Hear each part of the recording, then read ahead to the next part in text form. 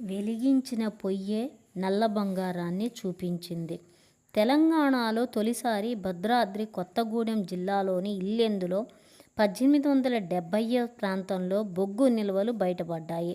అప్పట్నుంచి స్థానికులు ఇల్లెందును బొగ్గుట్టగా పిలుస్తూ ఉంటారు. భద్రాద్రి రామయ్య భక్తుడి కారణంగా నల్ల బంగారం ఉనికి వెలుగులోకి రావడం మాత్రం ఒకంత ఆశ్చర్యపరిచే అంశం.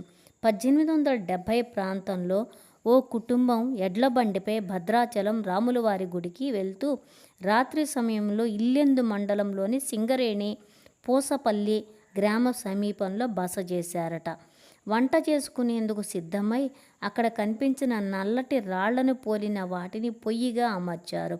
కట్టెలతో పాటు పొయ్యికి అమర్చిన రాళ్లు కూడా నిప్పు కణికల్లాగా మారటం ఎంతకీ ఆరకపోవడాన్ని గుర్తించి ఆశ్చర్యానికి గురయ్యారట.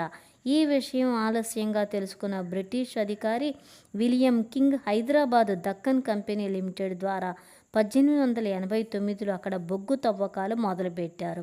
ఇలా బొగ్గు ఉత్పత్తి మొదలవ్వగా 1928లో సింగరేణి సంస్థ ఆవిర్భవించింది. ఖమ్మం, కొత్తగూడెం, కరీంనగర్, జయశంకర్, భూపాలపల్లి, మంచిర్యాల, పెద్దపల్లి, ఆదిలాబాద్ జిల్లాల్లో భూగర్భ ఉపరితల గనుల ఏర్పాటుకు అప్పుడే అడుగుపడింది. ఈనాడు ఖమ్మం, న్యూస్ టుడే, ఇల్లెందు.